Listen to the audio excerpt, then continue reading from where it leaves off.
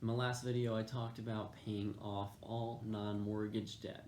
I told you about a second part to the video, which is going to focus today on credit cards.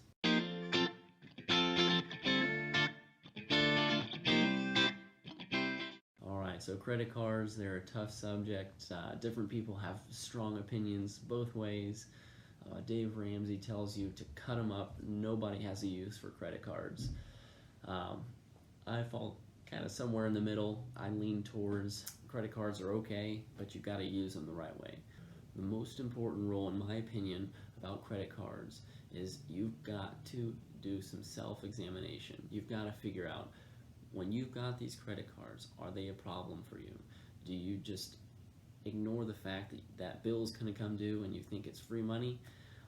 If you have a problem with credit cards, if you're constantly carrying a balance over from previous months and paying interest, cutting up the credit cards and moving to a debit card or a cash only system is probably the right way to go for you.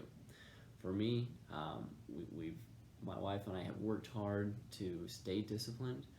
We've never carried a credit card balance from one month to the other. We're always paying it off in full. So for us, credit cards works because we're getting cash back.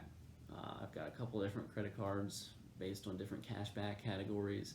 One is the Citi Double Cash that I get 2% back on everything. So for us, it makes sense.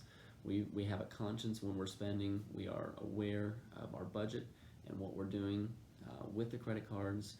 We are just simply trying to get some cash back on the purchases that we would have already made. All right, so I'd really encourage you to think about if credit cards are a problem for you. And almost always, when looking at the debt snowball or the interest rate, credit cards are likely the one you want to attack because those interest rates are usually up in the 20%. So do your best. Be wise with your decision, your purchases, your transactions. That'll wrap up the credit card video. Keep an eye out for my next video, which is going to focus on bringing that emergency fund up from $1,000 to the proper amount. See you then.